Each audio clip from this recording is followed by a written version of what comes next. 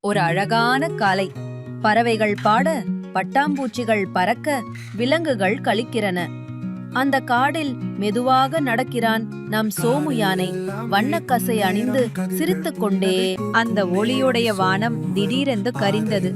மரங்கள் ஆடத் தொடங்கின. விலங்குகள் பயத்தில் மேலே பார்த்தன. சோமு சற்று குழப்பமாக நின்றான். ஏதோ நடக்கப் போக. பெரிய துளிகளாக மழை விழுந்தது. காடெங்கும் தண்ணீர்தான். விலங்குகள் ஓடின. சோமு சற்று மஞ்சவில்லை. கால் இழுக்காமல் மெதுவாக நடந்தான். அவன் தும்பி தன் தும்கியால் தன்னை பாதுகாத்தான். மழையால் சின்ன சின்ன ஆறு பெரிய பாயும் ஆறாக மாறியது.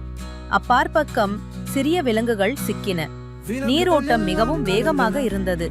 நம் சோமுவின் கண்கள் கலங்கின. சின்ன மான், ஆமை, வாத்துகள், all trembling and scared. அவர்கள் அனைத்தும் கூச்சலிட்டன. யாராவது எங்களுக்கு உதவி செய். சோமுவின் காதுகள் உயர்ந்தன. சோமு ஆற்றின் கரையில் நின்றான். தன் தோள்களை பார்த்தான். முகத்தில் தெளிவும் சிங்கப்போல் துணிவும். நான் இருக்கிறேன், பயப்படாதீர்கள் என்று அவன் சொல்லாமல் சொன்னான். ஒரு மரத்தின் கீழ் சோமு அமைதியாக உட்கார்ந்தான். ஆற்றை பார்த்தவாறே யோசித்தான்.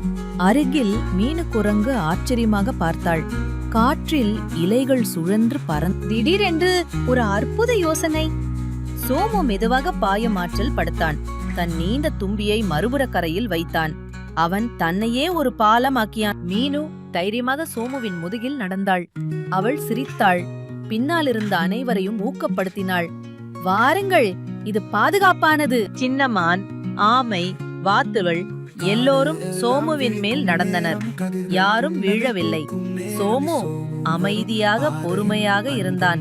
அவனது கண்களில் பெருமை. மழை நின்றது. ஒரு வானவில். காடு சிரித்தது. விலங்குகள் குதித்தன, பாடின.